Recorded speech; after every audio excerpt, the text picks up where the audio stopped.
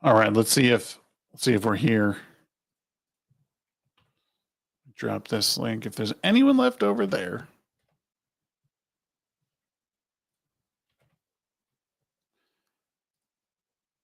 Am I going to crash? I hope not. It wasn't even me. It was StreamYard. It's StreamYard. It was StreamYard's fault, not mine. I promise. Let me get this link over to Dev.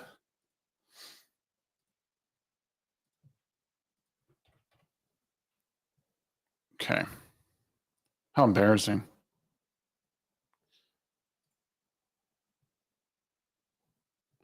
We back, Krabby. We back.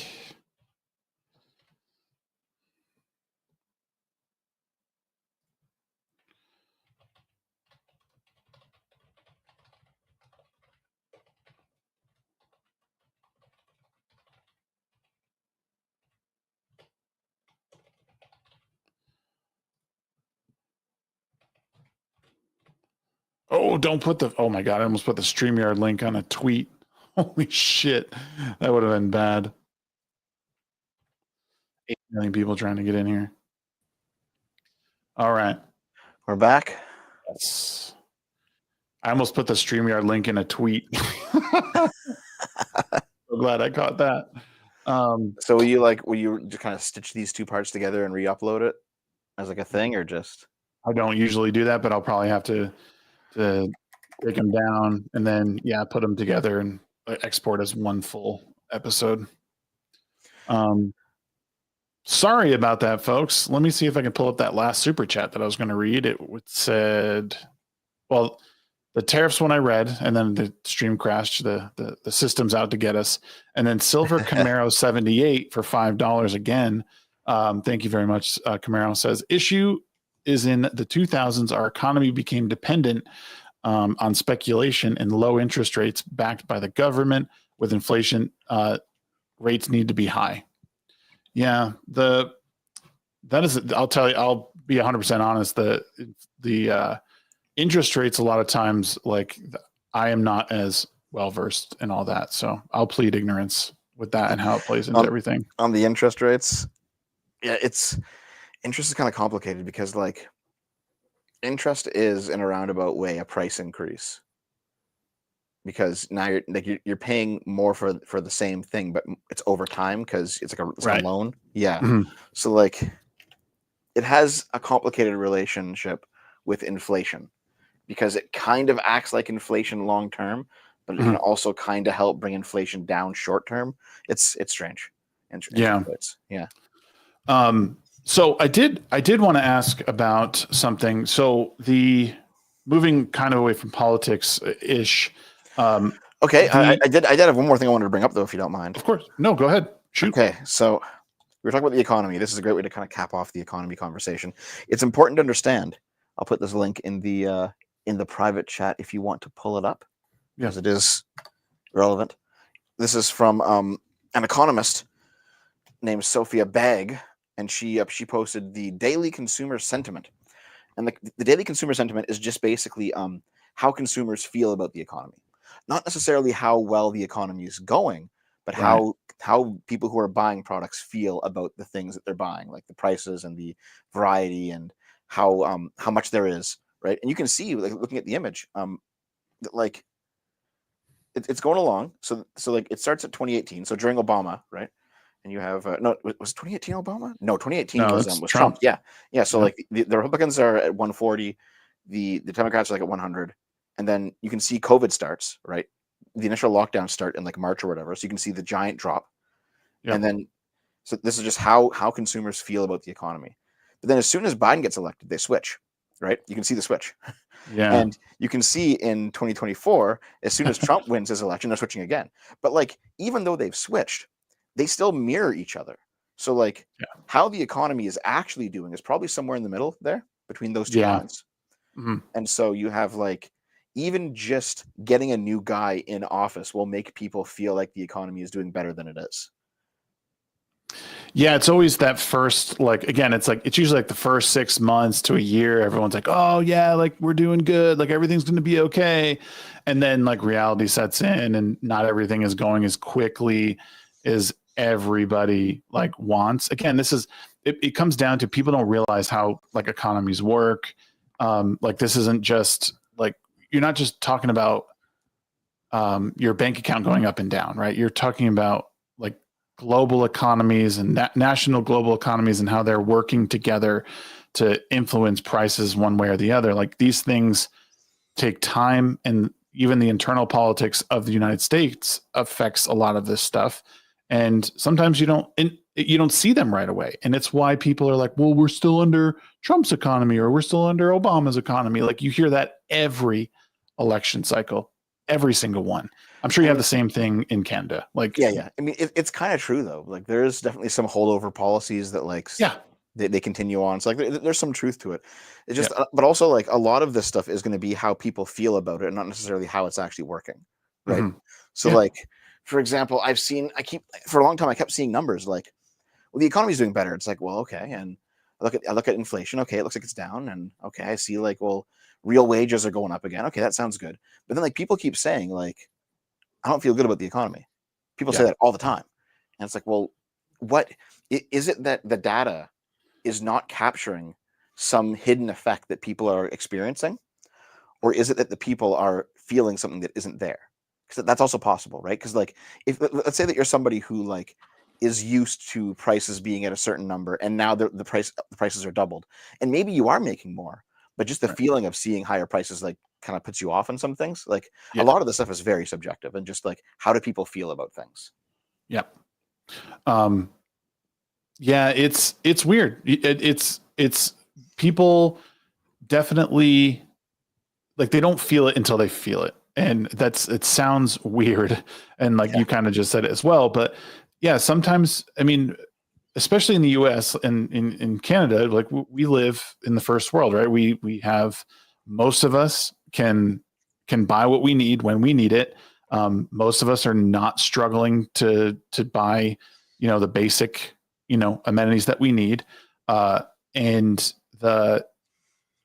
really the price increases that we're seeing sometimes are not as like, they're not affecting our wallet in a way that is like this item is so scarce right now that, the price is through the roof, like triple or quadrupling the price of eggs or something like that. Like it's incremental, but it's now I think people are getting to a point where they're like, ooh, this has gone up enough where, all right, I'm starting to feel like the things I buy all the time, milk, eggs, all that stuff is starting to creep a little bit more than I like. I mean, personally, I don't notice a huge difference in my grocery price. Some people are. I don't really see that much. But no, I think a big part of it is people's perception on things. But that's something that's kind of hard to measure. I think so too. I think a lot of it is just going to come down to perception. I mean, there are real problems too, of course, but like it's not all just like people coping. Like there are real problems, but like definitely there's this instance of like someone looks at the price of food and it's doubled, and they go, well, that sucks. Like someone's mismanaging the economy. But then someone looks at like their own paycheck and they see they have a raise, and they don't want to say, well, this is actually just the economy kind of working normally because your pay has gone up. But they want to say like, no, I got this increase. I'm a good worker, right? And so like these two things, even though they're related, in the emotions of the average person, they're not going to want to connect them. You know what I mean? Right. Okay, so I wanted to ask you about this because this just came to my attention. I think it just came out today. I want to ask you about this Ace video. A lot of people have mentioned it in chat. Yeah, I know. A lot of people are mentioning it in chat. They want, bring him on. I'm not going to bring anyone on. This is between me and you are talking. I don't care. I'm not trying to bring other people in here and trash anyone. Yeah. What are your thoughts on? I'm sure you watched it to some extent. I mean, you probably don't even need to because you've lived a lot of it. Well, what do you think of? Do you know who Ace is? I don't so I'm online a lot. I don't follow a lot of the interpersonal drama that happens. I generally distance myself from it because I just have a lot of shit to do otherwise. So I know what you mean. Yeah. No, so Ace is somebody that I was a mutual with like 4 or 5 years ago. And, we had like, solid back and forths, and you can go on his channel. You can see there's a bunch of videos of like him, giving me a whole bunch of good praise and agreeing with certain things, or like laughing when I was taking down some lefty over something stupid. But like over the course of Biden's 4 years in office, a lot of my more right-wing friends went way further to the right than I did. And some of them, in fact, not Ace, but others, in fact, turned on me because I wasn't radicalizing along with them. This is how I became the communist, by not fucking changing my opinions. You know what I mean? And like Ace is one of those guys who became more combative when we were like having our back and forth. And then I reached a point, and it was maybe a year ago. I don't remember exactly when, but I basically realized that like a lot of people that I was friends with, or that I was friendly with, or like acquaintances with, they just treated me like shit. It was simple as that. And I was like, I don't want to deal with this anymore. Like, and you know, I've since kind of like codified what my feelings were into like a rule set for my community. And the rule set is basically, you can call me stupid, and you can call me uneducated. You can think that I'm missing some important thing, or I'm too dumb to figure it out. You can call me like angry or coping or seething.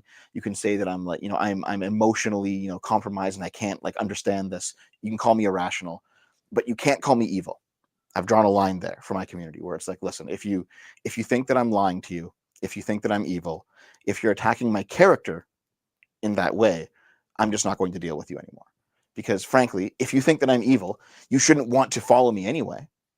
And if you're telling me that I'm lying to you when I know that I'm not, like there's no point in talking to you, right? Like I don't know if you watch, there was a debate between Vosh and Count Dankula, if you know who those two guys are. I do know both of them. Yes. Yeah. So there was a debate between them, and the debate was, is Count Dankula a fascist? And they start going off in this debate, and like 5 minutes in, Vosh says, "Well, fascists by definition lie." So my God. So I Hitler can't drank water. Yeah. So it's like, so I think you're a fascist, and if you say you're not, well, then you're just lying to me, and anything that you say is just going to be more proof of your lying. So like, there's no way to get out of the trap, right? And then I realized like, if people are going to treat me like that, like not only does it destroy the conversation we're having now, it destroys future conversations that I have with other people. So I just shouldn't tolerate these people. So you can call me stupid, you can call me uneducated, you can call me emotional or like irrational, but you can't call me evil. And that's kind of a line that I've drawn for myself, where it's like, I'm going to stop associating with people who do this. If you call me evil or a liar or bad faith, so I'm like, I cut you out. So Ace was one of the first victims of that kind of me. You know, the dev grows a backbone arc, because before that I was like the polite Canadian who let everyone walk all over him, and I was always good for a joke, and like everything was fine. But I got to a point where like I was like earning this reputation of being a pushover, of basically being someone that you could like, you could like drag me onto your stream and just like, you know, shit on me for fun, and I would just like laugh along with it and like be your friend. And it's like, eventually I don't want to do this anymore. And so Ace didn't do that, by the way. Ace was not, I didn't get dragged onto his stream, but like other people did that. But with Ace, Right. It was like we were having a debate, and he was just like, it was no longer a friendly debate. And I said, I don't need to tolerate this guy. So I cut him off. And since then, he's been doing like consistent hate videos about me.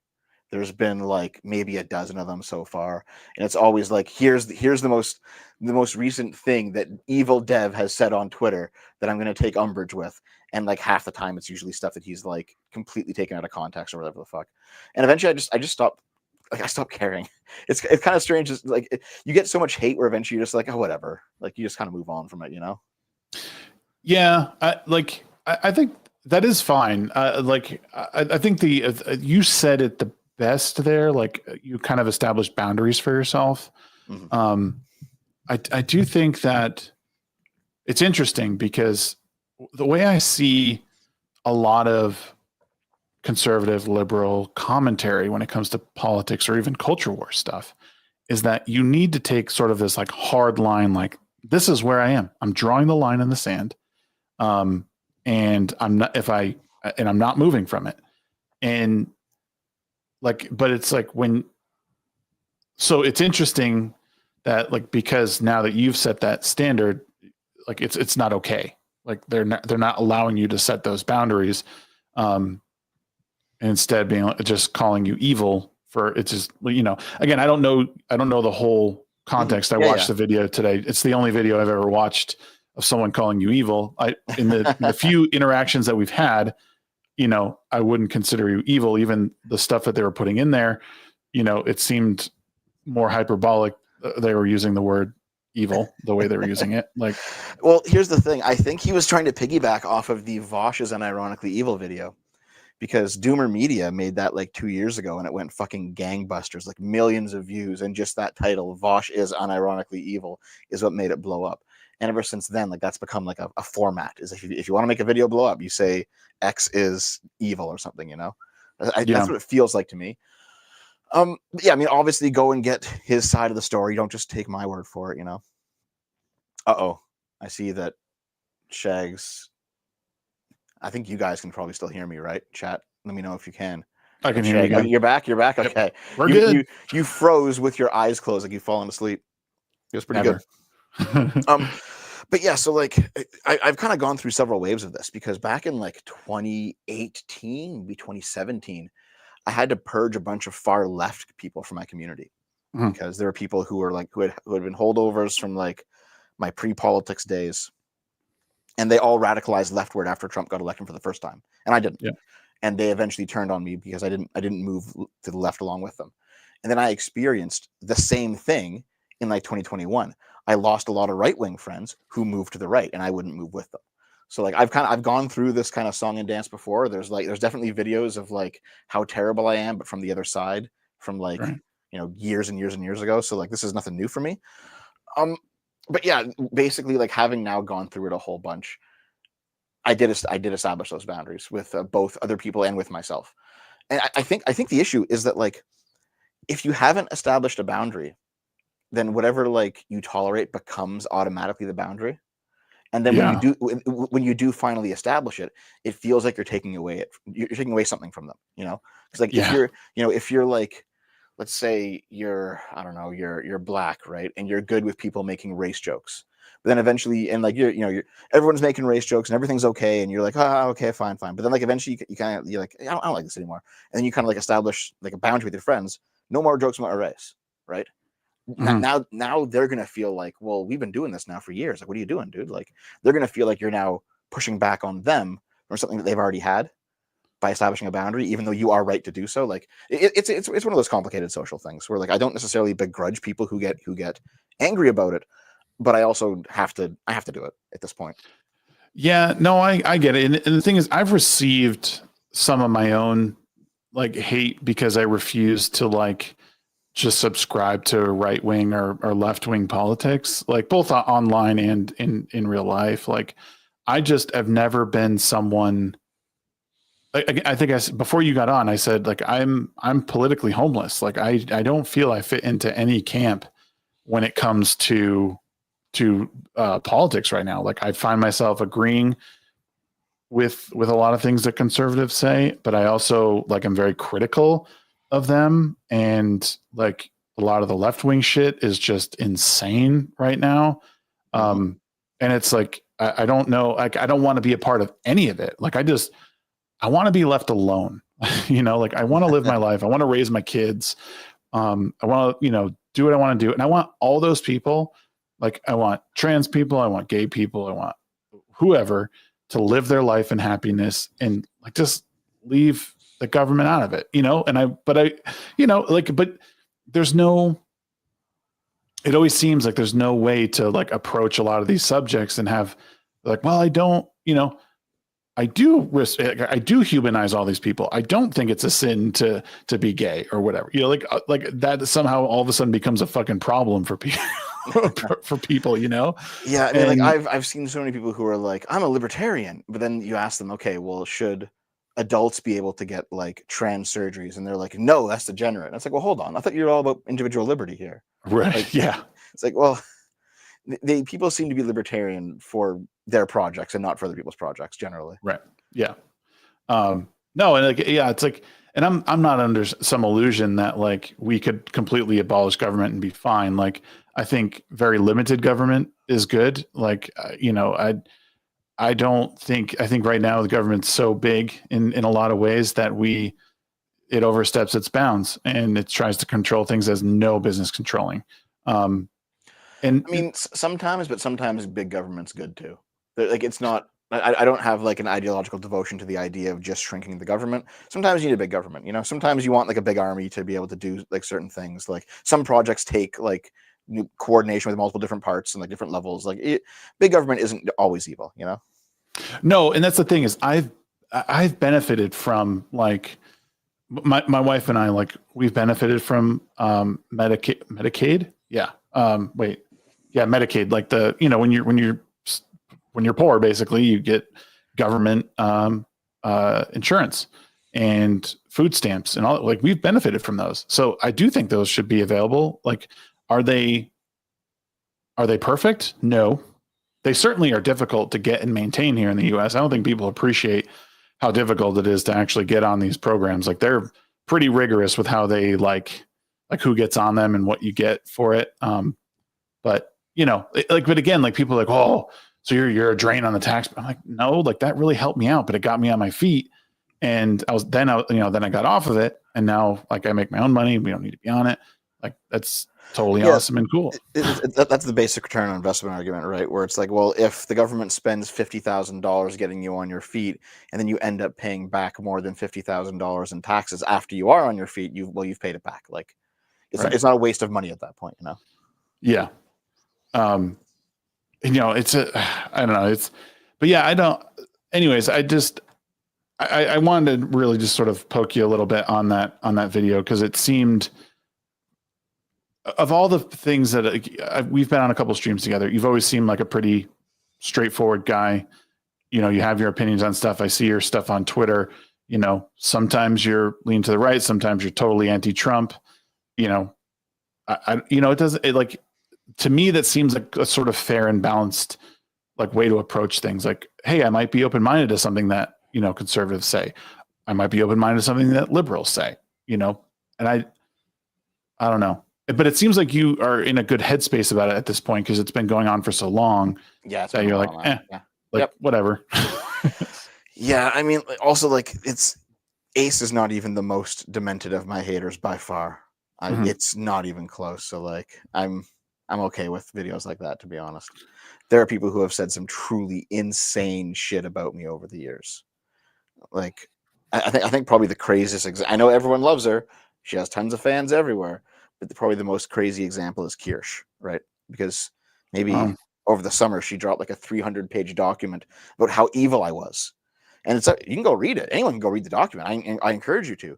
300 pages? Well, it's more like 25 pages, but it's 300 pages with like logs like attached. It's like Exhibit 1, Exhibit 2. It's like but here's the thing. It's like 3 other guys who I've known over the years doing stuff to Kirsch, and me not disavowing it. And that's why the document is about me being evil. And I'm just like, this is some fucking bullshit here. Like this is just guilt by association, mob mentality, fucking nonsense. And like you keep seeing like, and Dev is still friends with this person. It's like, oh, fuck off, man. Like I don't care. I don't care what other people do. You know, I just don't. Yeah. Now, and the thing is, to give her some credit, you know, give the devil their due. One of these people was a moderator in my community, right? And she kept saying like, well, listen, like, you know, if you have to deal with your moderators. I'm like, well, hold on, they're not doing anything in my community. If they were, I'd ban them, right? Right. But it's like I saw Sargon get kicked off of Patreon for something he said, not on Patreon and not even on his YouTube, but as a guest on somebody else's YouTube channel, right? I've seen Twitch streamers lose their channels for tweets that they've made completely unrelated to Twitch. So I hate this stuff. This is like this shit is ridiculous. So I've always had a general rule, like I will not ban anyone from any of my spaces if they do things that are bad, but they're not in my spaces. Period. Because I think that's immoral. That's fair. So when Kirsch came to me and was like, listen, your moderator's doing this stuff, and I'm like, well, then ban them. Go ahead. It's like, well, no, it's not enough. It's like, well, I'm not doing anything else. Like, I don't hold anything against you, but this didn't happen in my sphere of influence, so I'm not taking action. I mean, and that is where the document came from, basically. yeah, and that goes back to, you see all this shit all the time about how like all these alt-right commentator channels are radicalizing their audiences to be violent against these Star Wars actors, and it's like, what? Like all these, like it blows my mind. And like even mainstream media has done this over the past however many years, 8 years, basically saying like Trump is just radicalizing people to do violence and he needs to be held responsible for it. And the same thing happens on social media, on YouTube, all this stuff. It's like, well, this person said something and this person did a thing, so we need to silence that channel. It's like, do you understand how insane that sounds? And nobody gets the idea, like, well, okay, so you're setting the standard now. What happens when the tables turn and the people you hate so much are the ones in power? And then they make, you know what I mean? Like, do you understand the power that you're trying to wield? Like, this is why we have freedom of speech, because it's not about, it's about protecting people in the long run so government can't say that you can't say this or not say this, can or cannot say this. But the solution to this is more information, not less information.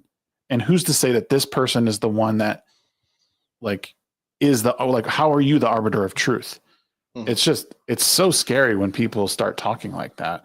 Removing personal agency, basically. I mostly agree with you. It's just that I don't think there's any actual, it feels good to say that, the solution to bad speech is more speech, but I don't think there's any reason to believe that good speech will automatically, or truthful speech will automatically triumph over false speech, right? Like things that are catchy and mimetic, they tend to triumph over boring things more so than truth over falsehood. You know what I mean? Because yes. so like if the truth is funny, or sorry, no, if the truth is boring, but a lie is funny, the lie will become what spreads and not the truth. Yes, but yes, you're right. And here's the thing: just like how economies move, these things don't often work out automatically, like you said. And that's the unfortunate part. Is we had Hitler was a democratically elected politician, dictator, eventual dictator. So the people loved him; they rallied behind him. Hindsight being what it is, obviously that was a huge mistake, right? Yep.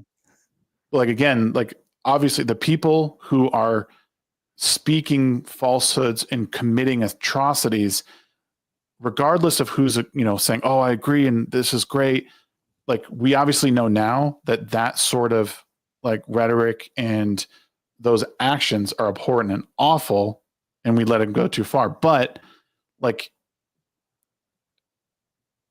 again, it comes to who is to say, especially nowadays, that take anything that this is the truth of the matter and there's no other truth besides it. What if it came out tomorrow? So some Neil deGrasse Tyson said, you know what, actually the earth is flat.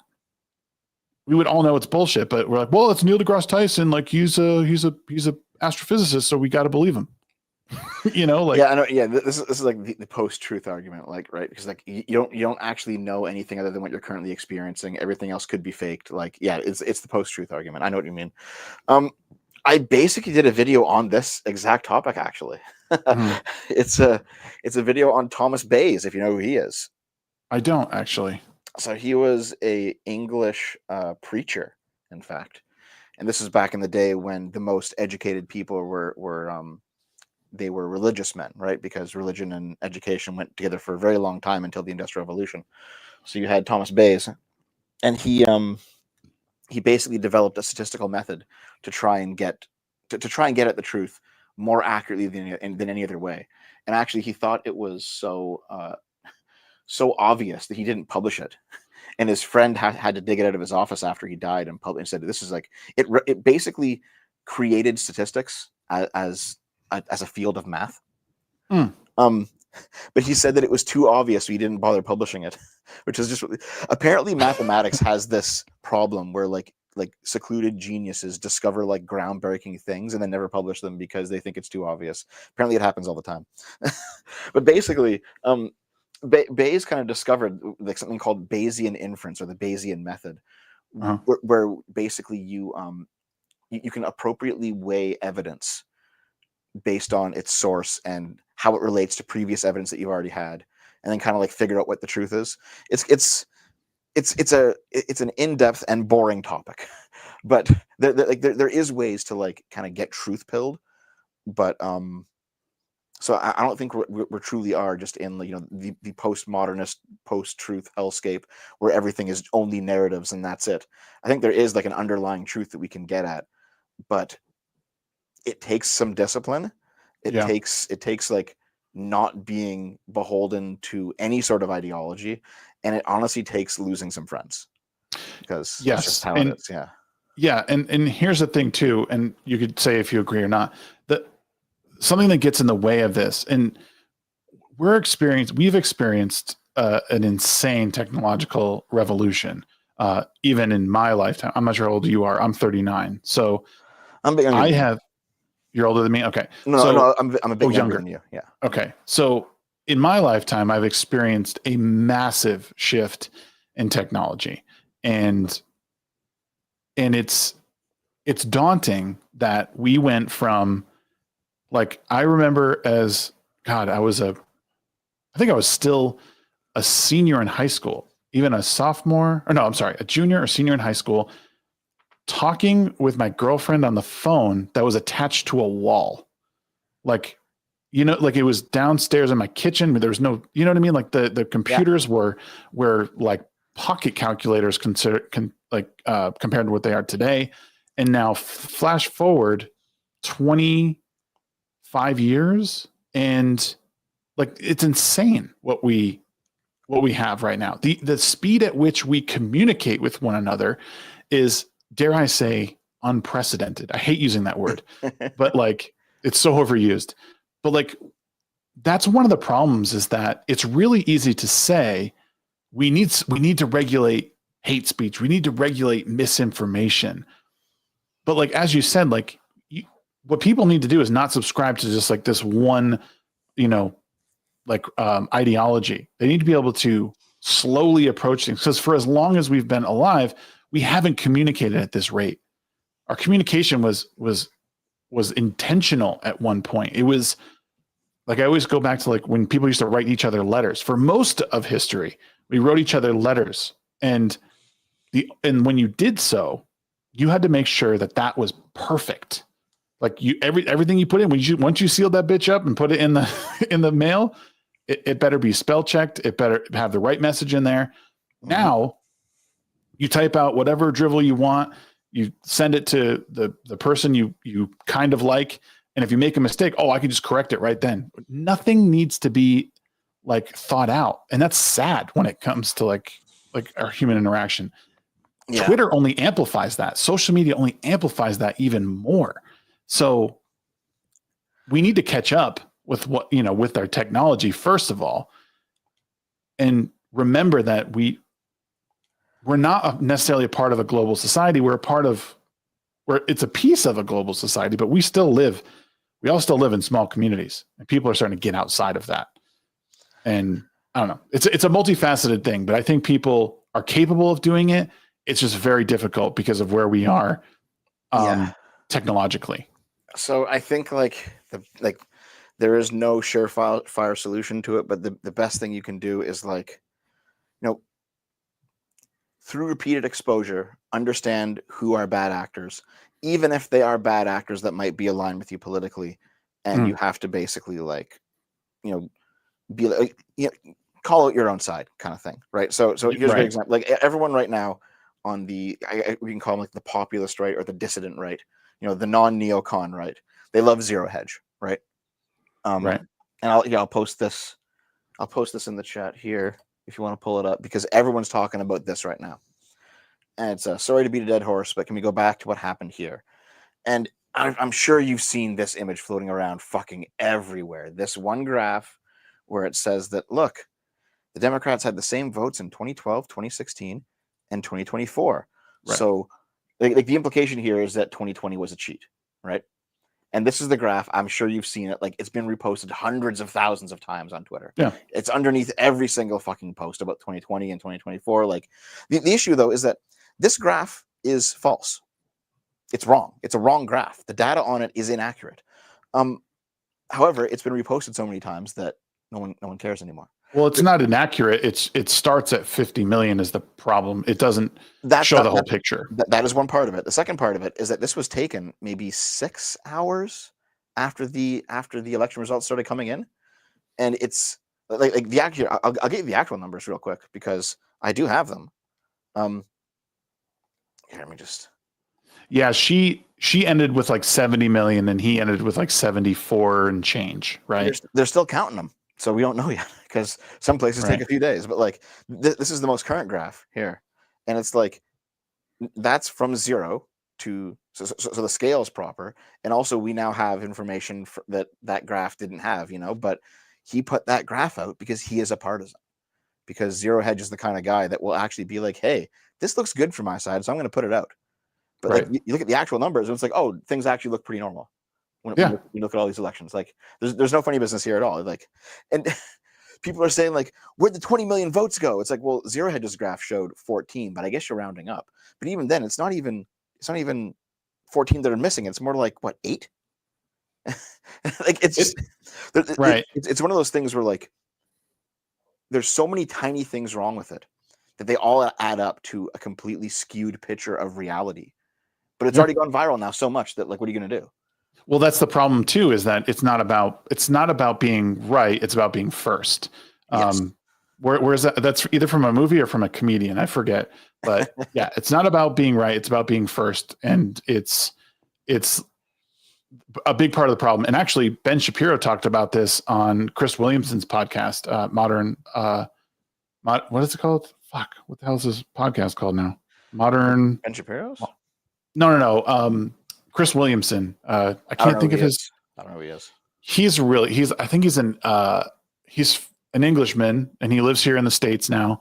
Modern Wisdom is his podcast, and Ben Shapiro was on there, and he basically says a lot. He's like, it's not worth it to me to wait on a story, because if I wait, like nobody cares about the story anymore, even though I'm right. So he's like, it's better to be wrong on something and then even admitting fault later or retracting. He's like, no one really cares at that point because they're not looking at the retraction, just looking at what you did originally. So it's kind of shitty that what we're in, but we live in a very, I need it now. And that's something like how do you move on from that? I don't know. I don't know how you fix that. Again, it's a product of the age we live in. We don't have to go anywhere. I want something to eat. I order it and some idiot brings it to my door. I need groceries. I order them. I don't even have to go in. I just drive up to the place and they put it in my car for me, or some idiot jumps at my door. Like, it's really, we're just making mindless drones of people. And it just really sucks. I mean, like, that stuff can be useful if you're someone who actually is like a very productive individual. Like if you're running your own business, that's the reason why like a lot of CEOs have like personal chefs, right? It's like not because they want to be pampered. It's because their time is, rather than spending an hour a day cooking, their time is more valuable working, and they have someone cook for them, right? Like, so like these services have their place, but the fact that everyone is using them is probably a bad thing. Yeah. One thing I will say quick about this graph is 2020 is still fairly anomalous for like, I mean, there's more people, like it's good that 2024 had the turnout it did. The Democrat votes are still a bit anomalous. Like 8 million is nothing. That's a lot. And the one thing we didn't really touch on that I wrote a note for was how a lot of these Democrat states had modified the voting laws in the wake of COVID. And, you could argue whether that was right or wrong, but, changing voter laws in an election year is, it's a bit suspicious, to say the least, I think. I mean, yeah, but like I remember looking into a lot of the lawsuits because before I got sick in October, I was making the 2020 election fraud video Mhm. about all the cases, and I read pretty much all the 62 lawsuits that Trump's team filed. I read all those court cases, and I think for like every single state except for 2, the court just ruled like pretty much just straight on. Yeah, there's nothing wrong with these. There's nothing wrong with the rules. They were legally changed. Everything's fine. And not only that, there's no evidence that the rules actually cause any fraud. So like they just flat out said everything's fine. For 2 of the states, they said, okay, you changed the rules improperly. You cannot do this Yes. again. And Right. so in 2024, there will be a different set of rules. Right. However, they still nonetheless investigated and said, you know what, despite the improper rule change, none of the votes that were cast were fraudulent. So we're like, it doesn't overturn the election, but you cannot do this again. And it's like, well, Right. okay, like that seems like it's set then, you know? Yeah. Yeah. It's one of There's those, yeah, I know like everyone says like, oh, all the cases were never heard on the merits. That's just like a lie. It's just a flat out falsehood.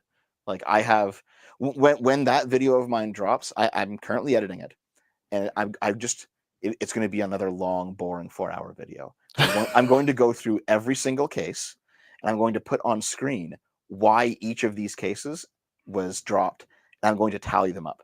And there were a whole bunch of them dropped on the merits. Like a shit ton of them were dropped on the merits.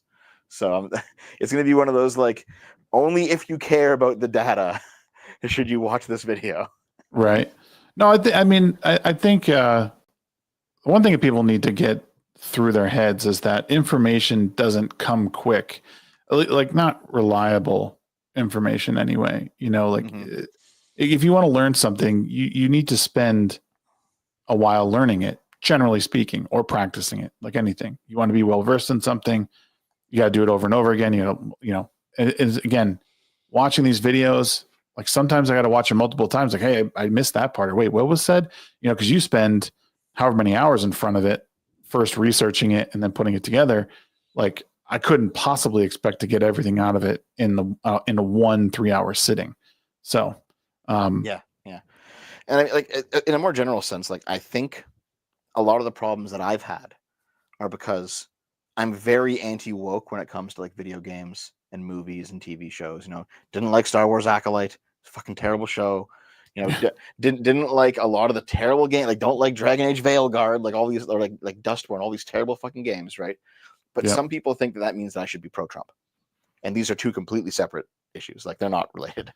Like I can, but like I remember I made like an 1.5 hour long Stellar Blade video. And this was kind of the same situation that Ben Shapiro was talking about, because I put it out like a month after people had moved on from Stellar Blade.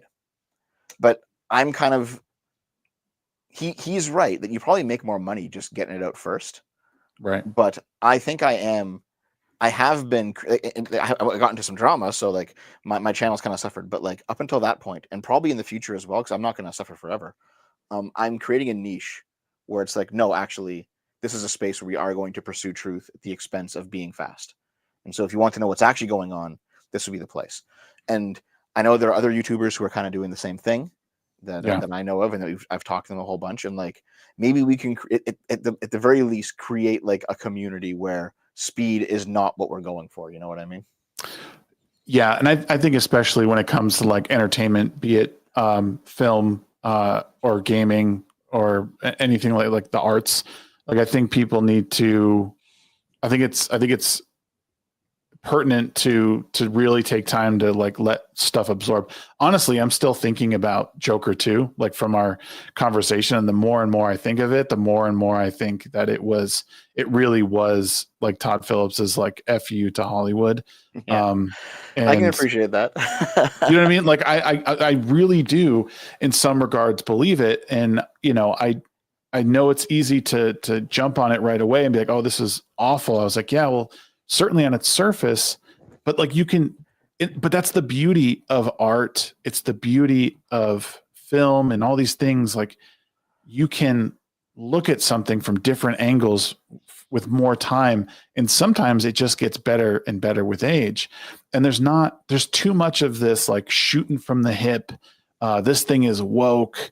I mean, some stuff is objectively bad. I think like The Acolyte it's very difficult to make any sort of case for that show. There's a couple cool like the cinematography a couple of times was pretty good. Like they had a pretty good eye, but I mean, that's not why I'm watching a Star Wars movie. I'm watching it for story, right? Like in lightsaber battles.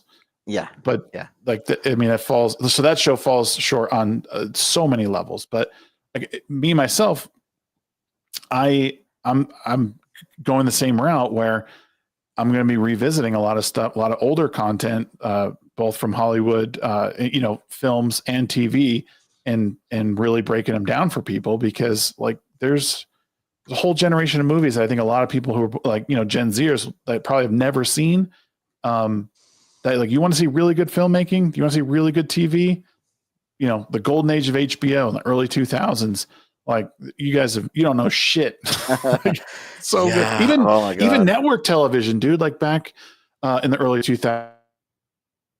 Oh, Shag's gone again. You can still hear me though, right, chat? It's not. Things aren't completely dead, are they? You're back. No, we're sorry. Welcome back. I know what you mean though. I know what you mean, because like I didn't see House, the House MD, with autistic doctor. Yeah. I hadn't seen that. And maybe last year I sat down with my girlfriend and watched the whole way through. Yep. And like, it's a great show. However, they had some storylines and some jokes that you couldn't do today. And that's for sure. It's like, oh my God, dude. Like some of the things that House says and does, like you were getting this show canceled, to go viral on Twitter, it'd be like a fucking nightmare. But it's a great show though. And like, it's almost like, there's a creator named Taftage, if you know who she is. But she's like a smaller right wing channel, and I had Arch and her did an Arch cast a few months ago, just on media, because she's a Zoomer, and she's gone back to watch a bunch of TV from the 2000s, and she had like her mind blown of just the kind of stuff that you could say and do that you can't do now. I think she watched Heroes. I didn't really like Heroes. Oh, I loved Heroes. Well, seasons 1 and 2 were solid. 3, 4, and 5 were like, I don't know what happened. Anyways, but she watched Heroes, and she said like she was legitimately stunned that they had, for one of the characters was, I think, like a black single mother, and they just played it straight. There was no woke nonsense. It was just, here's the positives and negatives of her lifestyle, and here's how it intersects with her having superpowers, and here's why it's not all good. Recently I haven't seen Buffy the Vampire Slayer all the way through, so I went back to watch that with my girlfriend as well. I'm currently finishing it up right now. And like there's one scene where like you have like two black guys arguing, and one of them is like a kid who grew up in the ghetto, and one of them is someone who ended up being like a gangster. Yeah. And the gangster blames the white police officers for everything. And the ghetto kid says, hey, yeah, those guys do plenty bad, but so do you. You make it worse for all of us. Yeah. You wouldn't see that in the era of BLM. It would all be like racial solidarity all across the board. You wouldn't see any sort of introspection where the minority also has to come to terms with the fact that they also are not perfect, Yeah. But like, I don't know, TV was more sophisticated back then or something. I don't know. Writers are better. Like, it's funny because I think it was the 3rd episode of season 1 of 24. So the presidential candidate at the time is a black guy, Dennis Haysbert, the Allstate guy. So he's running for president, and he goes to like talk to one of his inside people to get some information in this crummy parking garage. And there's like this white kid and this black kid, and they're smashing windows. He gets out of his car, and the guy's like, yo, man, the black kid's like, yo, this is a private lot, like pay up $100. And he's like, you really better clean yourself up, or you're gonna be dead in 5 years. That's what, so David Palmer's black. He says it to the black kid, and he's like, oh, you're all the same, man. You're all the same. And it was just this moment, again, just same way, like, you can get out of this. You got to make the choice to do it. But yeah, like now, if that were today, there would have been some preachy, like, oh, I know police are always against black people, but you got, it would have been something like out of left field where you couldn't leave identity politics out of it. I know what you mean. You mentioned like doing videos like this, and I do want to do them too, because like when it comes to, media criticism, it's like, it's so lefty dominated, and they do some good stuff. Like it's not all terrible. Like I fucking hate the politics behind Sarah Z, but she does some good videos sometimes, right? Like Yeah. she did like a 2-hour video or something on season 6 of Buffy, and like it's an amazing video. Even though I disagree with her politics, even though I disagree with some of her conclusions, the fact that she can analyze some of these things and like pull like tease out certain parts of the story, then talk about them. Like I can't think of anyone on the right wing or even on the center who's doing that. Like media analysis is just all like leftist right now, and probably to its detriment because there's also so many bad people who are doing it. Yeah, and that's the thing is like I want to approach film. I mean, new releases too. Like I don't want to leave behind new releases because there's a lot of good stuff coming out. But you know, sharing some of the stuff that came from the past that didn't have all this stuff written into it. It was about good storytelling, which we've gotten away from, and doing it from a point of view that leaves politics out of it. Like obviously we're influenced by culture of the times, but you know, with so many good characters, like especially the David Palmer character in 24, like even I can identify with him. I'm not a black guy, but like I can identify with him trying to overcome a lot of these problems that he's, you know, and he's working with, you know, these different characters to solve. Like, because it's not about what I look like; it's the struggles that all humans sort of come down with. Go, Cat. Sorry. I mean, I kind of disagree. I mean, I do agree to a point, but like, I don't think you can leave politics out of it. I think no, I'm not saying leave it out of it. You did say that. Well, I mean, politics. Okay, what I mean is, it's not going to like you probably won't hear me saying, the wild robot is not good because there's woke trash in it, or you know, the dialogue is woke trash. I'm not going to approach it in that way. I've not seen the wild robot. I'm just using that as an example. Like I'm not going to say something like that. If something's bad, I'm going to use my analysis of it is going to be as devoid of like politics as I can, because I don't necessarily. Do you kind of get where I'm coming from? I just don't want to be central to the criticism. I think I do. So like this image that I just posted, and this is a very famous tweet from a friend of mine named Christina, and everyone sees this tweet. It's constantly fucking reposted. But yeah, it's just it's all games are political, says the extremely smart individual who can't tell the difference between Metal Gear Solid, BioShock, and this picture. And this picture is just an orange Trump who is on Family Guy, right? And this is kind of what you're getting at. Where like clearly Metal Gear Solid and BioShock have things to say that are political. Right. And they're not even necessarily like anti-left. Sometimes they're even very pro-left. That doesn't matter. What matters is that it's done in a sophisticated way. It's telling an actual story that is about politics, and it's not simply preaching. Right. Yes. Which is what Family Guy is clearly doing here. Yes. Yeah, because like there's definitely like a leftist analysis of Metal Gear Solid, because when Metal Gear Solid came out, the right was very pro-war and the left was very anti-war. There's definitely a leftist analysis of BioShock, because BioShock is supposed to be like the libertarian utopia that turns into a nightmare because you can't simply devote yourself to one ideology. Like it's, I get it. And it's like, even like you look at like season 1 of The Boys before the show went to shit. Right. It's very clearly more a pro-left show than a pro-right show. Very clearly. But it's still a good show. Like, yeah, it's one of those things where like, okay, one project that I'm working on, and it's probably not going to come out for like another 6 months, but it's an analysis of Final Fantasy VII, because I like Final Fantasy VII a lot. I think lots of people the original, yeah, the original game, because I watched like half a dozen lefty video essayists make the same claim.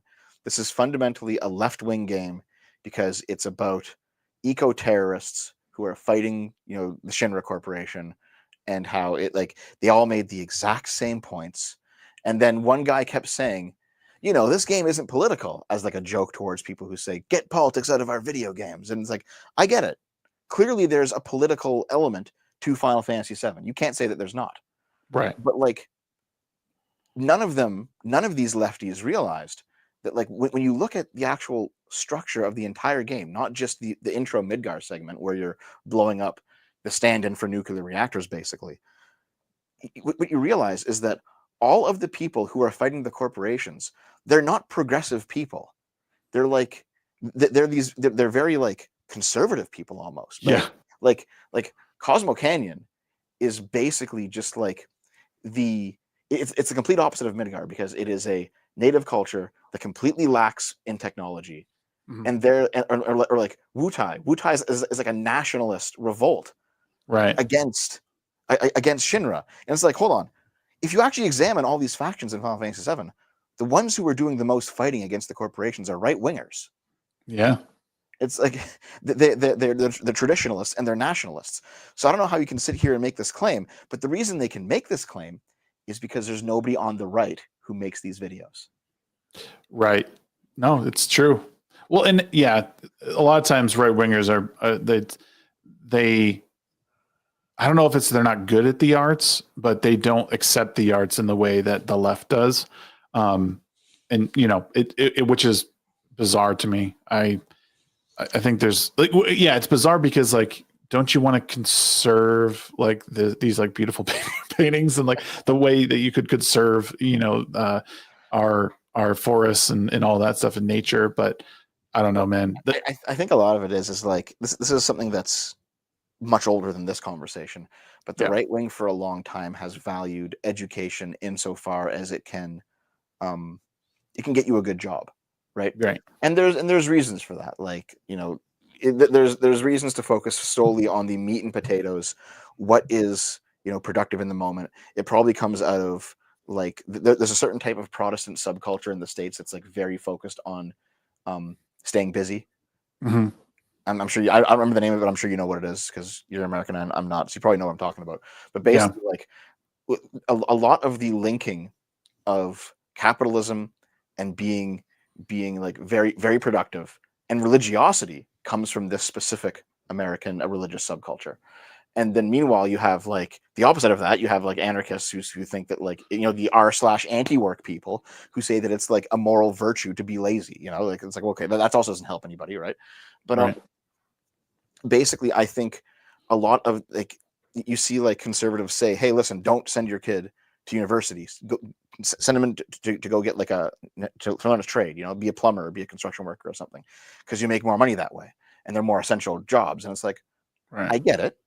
However, I guarantee you none of these like right-wing talking heads are going to be sending their kids off to plumbing school. They're sending them off to Yale.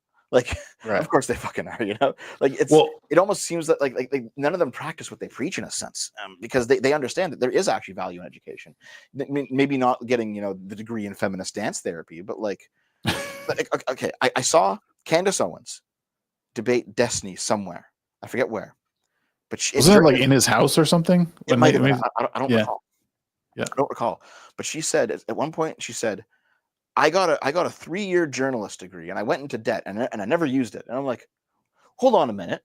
Don't you work for like the Daily Wire? Is that not like, aren't you not doing journalism? Like you clearly are using your degree. You are one of the most famous right-wing pundits on the internet. What do you mean you're not using your degree?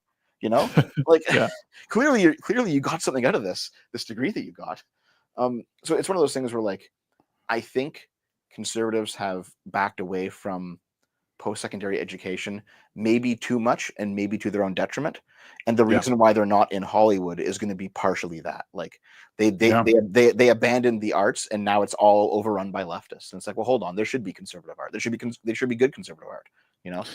There should be conservative journalists. Like, but like they just it's almost like they're cannibalizing themselves in some ways. It's that whole like the argument's kind of the same as like when lefties are like, oh, I'm not going to have kids because Trump's in office, or like the world today, I'm not going to have kids. It's like, well, it's the same argument of like, don't send your kids to university.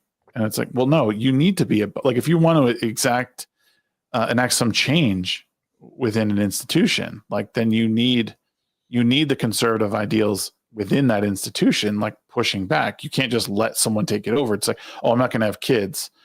Okay, well then all the then conservatives will win out because you're not preparing the next generation with your ideals. It's just kind of it's a really stupid way of approaching it. I never understood people that say stuff like that. Again, I mean, having kids is a complicated issue, but just saying you're not going to have kids because you don't want them born into this world because it's bad. It's like, well, here's your chance to change that world. Take it or leave it. There's a lot of like self-defeating tendencies on pretty much every group. Yeah, but I think the reason that you don't see conservatives making art or engaging with art, you don't see like conservatives doing any sort of like video analysis on YouTube or anything like that, is because they've largely backed away from the arts. And like there is like this push coming up now where they're trying to recreate it, but it's not really going that well. Like, wasn't there that one movie that was it Crowder's Company or who was it that put it out? It was a comedy movie like a few months ago, and it was like only okay. Lady Ballers, yeah. That's the Daily Wire has been trying to make the anti-woke movies, and it haven't been doing well, unfortunately. Yeah. And like there's a space for that sort of stuff, but like maybe if they do it for a few more decades, they'll get better at it again.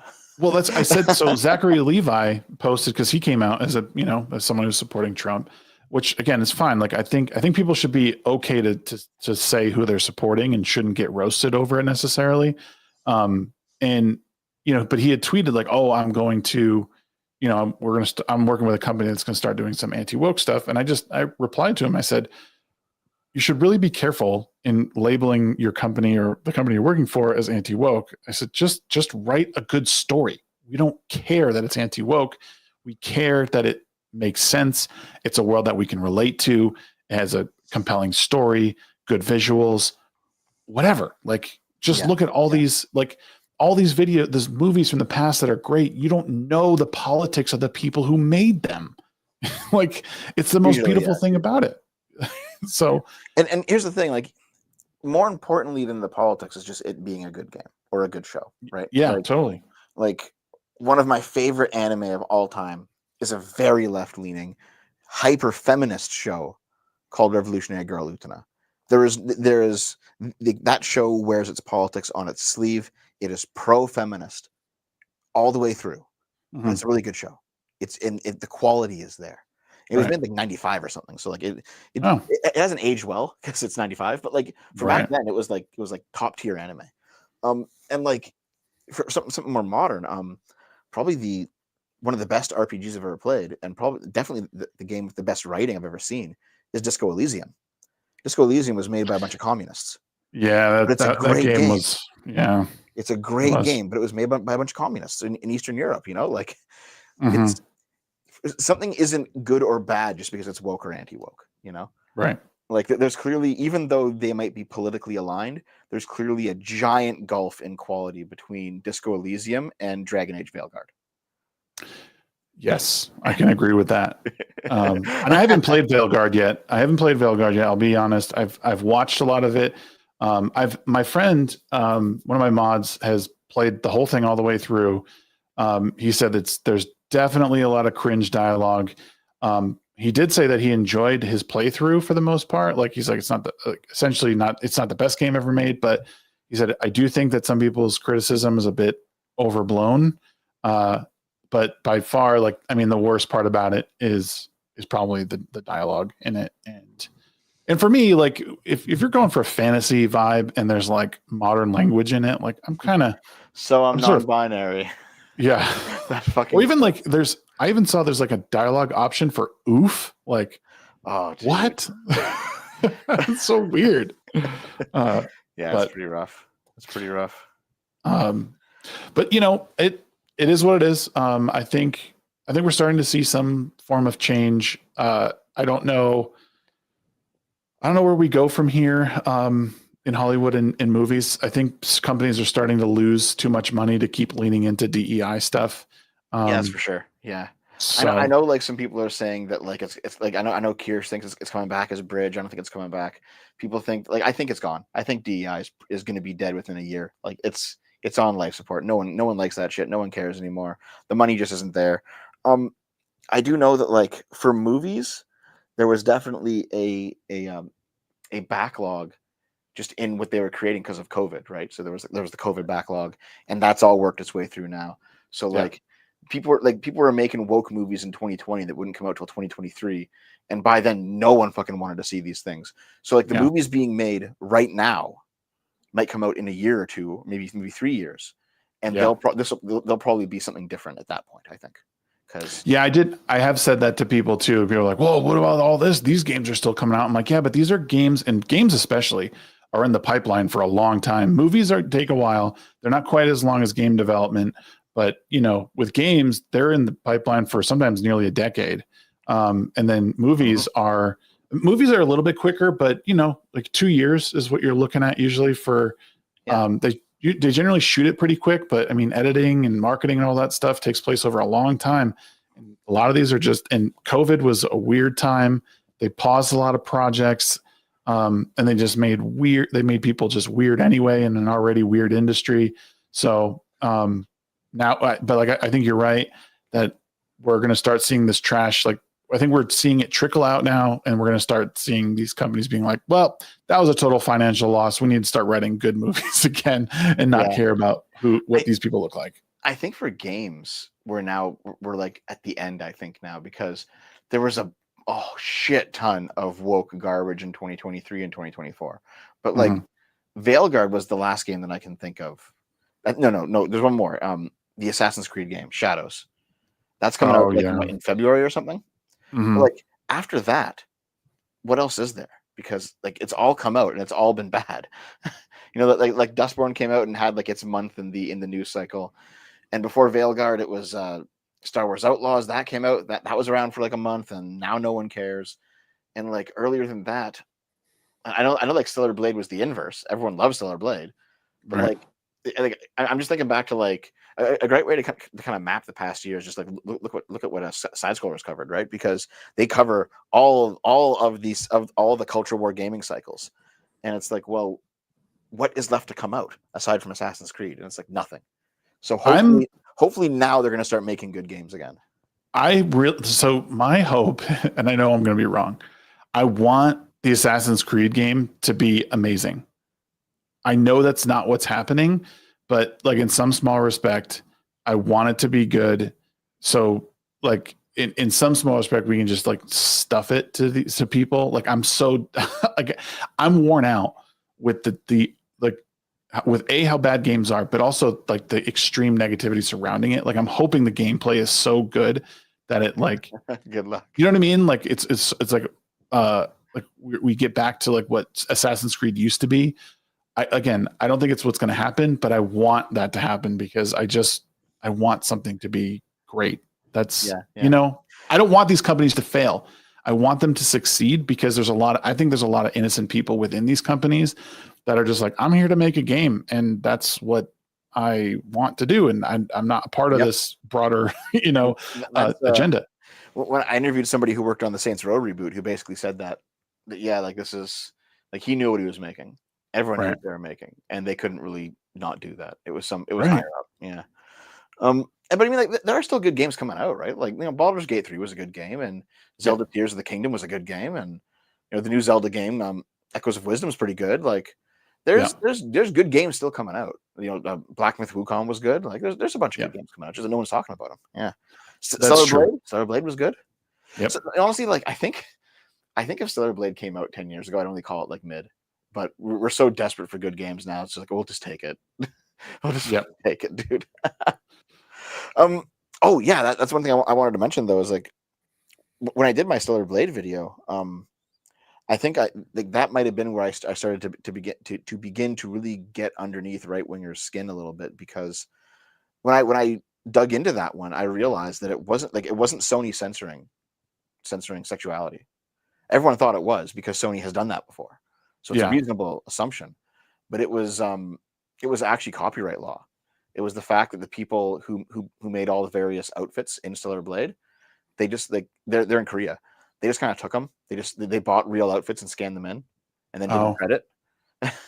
So like there were 5 outfits that had to be changed for copyright reasons, and so they changed them. Oh, see, that's not the news that people hear. They just think, oh, so But like you said, it's a well-founded assumption because of history, but still, like that information is important because, I like to think that people can change in some regard.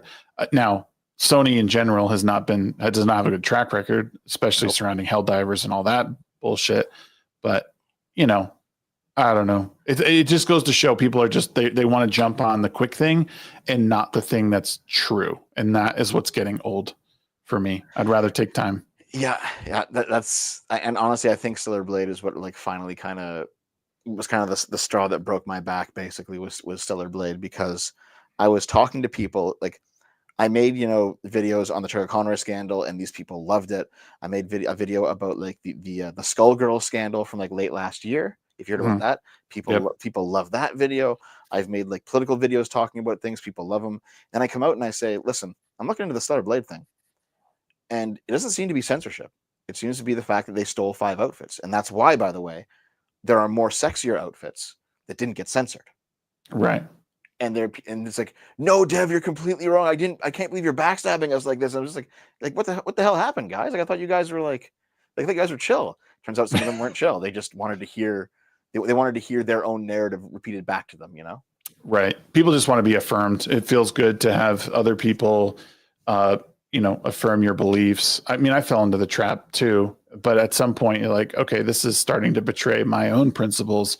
So I can't completely follow through with this. And, but you get into these parasocial relationships online and you're like, in some small regard, you feel beholden to those opinions and like the groupthink because you don't want to be othered or outed from those groups. Nobody likes to feel like that. But again, when you start sacrificing your own principles just to stay in the crowd, and like you said, like just getting beat on every time you get, oh, I'll just take it because that's who I am. I just, I get beat up for my opinions. That's, you're betraying your own values, and that's not good. So yeah, I agree with that. um, Someone in the chat said they also censored the gore in Stellar. Listen, you can watch my video if you want. It's an hour and a half long, but you can watch it. I go over all this. The censored gore, like there's still the same amount of gore coming off the enemies. The only gore that was censored is the blood splatters on Eve herself, and it was censored like long before the demo. Like if you watch a trailer from like years ago, there was way more blood splatter on her, and they toned it down. The only reason that people started calling it censored is because you know about the skin suit in Stellar Blade? yeah. Yep. Yeah. So the skin suit being like a kind of an Easter egg-ish suit. In the demo of Stellar Blade, it still had the old gore effects on the skin suit only. It didn't have it on the new on the modern uniforms. So they probably just missed it, and then it was taken out. It was taken out in the actual release of the game. So like I went through and I beat that boss, that first boss, with all the outfits at the time, including the skin suit, on all patches and also in the demo, and then compared it to the trailer. And basically, I put it all on screen. I was like, here's how it all looks. And basically, it just seems to be a holdover from before, where like it's not like Sony demanded this. This was taken out of the game a very long time ago, and they just forgot to take it out of the Easter egg suit in the demo. Okay. Yeah. Well, dude, I really enjoyed this conversation. I could probably talk to you all night, but we're going to wrap it up here. Is it late for you wherever you are? Well, it's not totally. It's 11 o'clock. I have an early start to my day. And I have a couple things to do before I'm actually going to close up my full night. Right. Yeah. But I try to keep these like generally around like an hour and a half, 2 hours. And I think we're over 2 now. Yeah. With the previous part. Yeah. Yeah. I mean, sometimes conversations just go so well. And like, I think you're a pretty easy dude to talk to. I think you're someone who, even though we don't always align, like when I look at your tweets sometimes, and even some of the stuff we've talked about tonight, like I feel like we can have a good back and forth and talk about what's being said and not yell at each other. Yeah, that's nice. Real quickly, we do have 2 super chats. One from Memes of Destruction for $4.99 says, "Hi friends, should we legalize dueling?"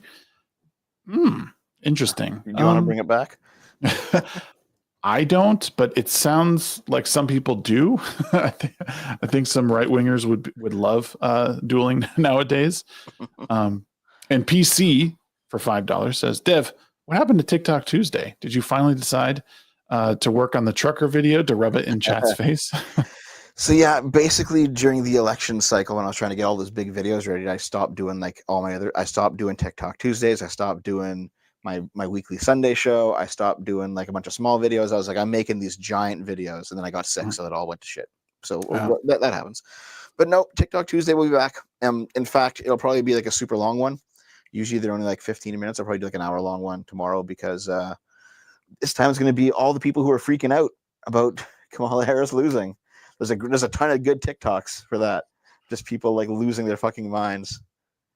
Oh, you can ask my chat. I am no stranger to TikTok. I do TikTok debates. Like I'll hop on those political debates that people are having, whether it's about, you know, Trump is good. I've done pro-life ones, all that stuff. It's pretty fun. I have probably about a dozen that I've been on. Some people are cool and they talk to me for a while. Others, as soon as I say something that's like out of line, they just kick me. But I do what I can because I think it's important that like I'm not trying to change the host's mind. I'm trying to like reach people in the chat. Like maybe they'll hear something I say and it plants a seed that helps them think outside of what, you know, they're just constantly absorbing every day. That's there's also the trucker video in there. So trucker video, you know what the truckers in Canada, right? From COVID. Yeah. So I didn't do a video on it when it happened because there was a bunch of legal things that were unrolling in Canada long after the Americans stopped paying attention. And those finally finished up maybe at the start of the year. It went before the Canadian Senate. At this point, though, I realized like I was doing other projects and I realized like it's been like 2 years. I'm just going to do the trucker video when the next Canadian election happens. But it's a meme at this point because it's been 2 years and people are like, Dev, where's the video? It's like, well, it's coming eventually. But now it's like releasing it now would not make any sense. But like as soon as the Canadian election starts up, I'll put it out then. So okay. It's coming. All right. Anything else you got coming up you want to promote doing? What's happening with you? Well, I still want to finish those other 2 anti-Trump videos and that one anti-Kamala Harris video. I'll probably repurpose the Kamala Harris video into a why Kamala Harris lost type of video because a lot of the stuff in that is still relevant. Yep. And also because people are now relitigating 2020 again on Twitter, it's a good time to repost to bring out that 2020, here's all the cases and here's what actually happened to them. So they're still kind of relevant. Beyond those, I am working on that Final Fantasy VII video, but it probably won't come out for months. I have a couple other projects that I'm like kicking around there's like a bunch of long videos that I want to do. And, I do like the occasional video where like we'll laugh at some TikTok junk or I'll talk about like a single topic for 10 or 15 minutes and it can be kind of fun. But like I have some long videos planned. One of them that I'm working on, I guess to show the last of many. I'm doing a video that I'm going to call The Undeath of the Author. And the reason it's called that is because I'm sure you've noticed that when you see like lefties on Twitter talk about The Boys or Starship Troopers or Helldivers, they're saying, hey, how is it that conservatives or right wingers can enjoy this game or this movie? Because don't you know it's making fun of you? Don't you know that the artist is specifically making you the butt of the joke, or they're critiquing you and your ideas in this movie or in this game? How can you enjoy it, right? Yeah, I'm sure you've seen that a lot, right? Yeah. Yep. Yeah.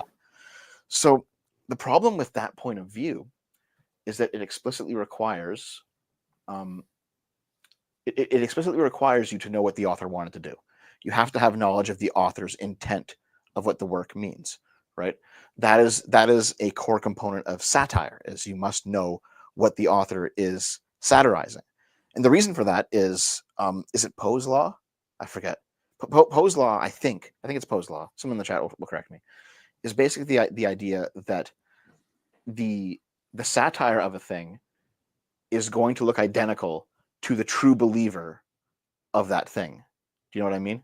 So yes. like if you are making a satire of Nazis and it's a perfect satire, a real Nazi will look at that and say that's real Nazism, even if you intend it to be a satire, right? Yep. So in order to understand if a piece of media is satire, you must also have knowledge of the author's intent.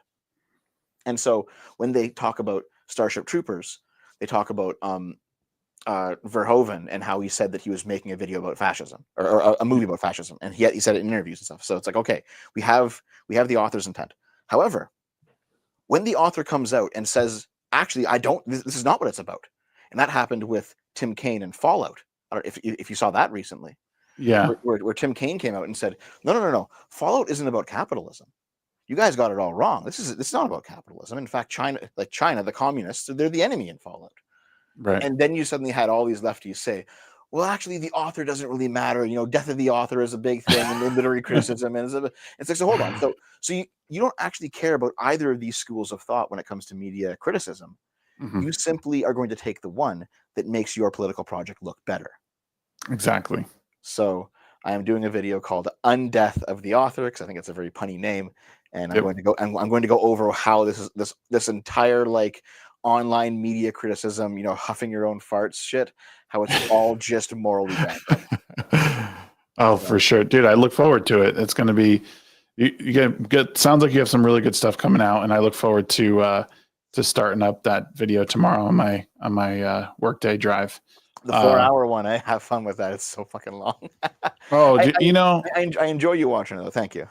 Yeah, no, I anytime I can support people, I can. I always feel bad I don't support as much as I can. It's just I'm such a busy life, and I gotta I have to really be selective in what I can and can't absorb. And I can't watch everything. I want to, but on top of it all, I got to do my own stuff, which is hard. So, yep. But no, man, I really appreciate you taking the time to chat. It was really good to finally catch up and sit down one-on-one and not just be on a panel. Chat, want to thank you as well for joining. We had a lot of great people. Thank you for everyone who came over from the original stream. I'm sorry that we lost so many of you if you're looking back on this, but it was a great conversation. As for me, join our Discord. In that first hour, there were definitely some people who were like, I recognized the dev hater names. And I'm like, I know you guys. It's okay. I get it. It's okay though. Yeah, some were here just to cause trouble, it looks like. But hey, we appreciate all interactions, even if they are negative. But no, thank you again for everyone who's here, good or bad. We love the audience, and consider joining Discord. I got the Discord link down in the description below. Dev's links are there as well. Make sure you support him as well. Subscribe to both the channels. Support where you can. Follow us on Twitter. Like, share, all that good stuff. I don't have to repeat it. You know the drill. Do it. And then that's it. Thank you so much, guys. Appreciate those super chats tonight. You guys are keeping the machine rolling. That's it for us. We will see you guys again next time. Bye-bye. Bye.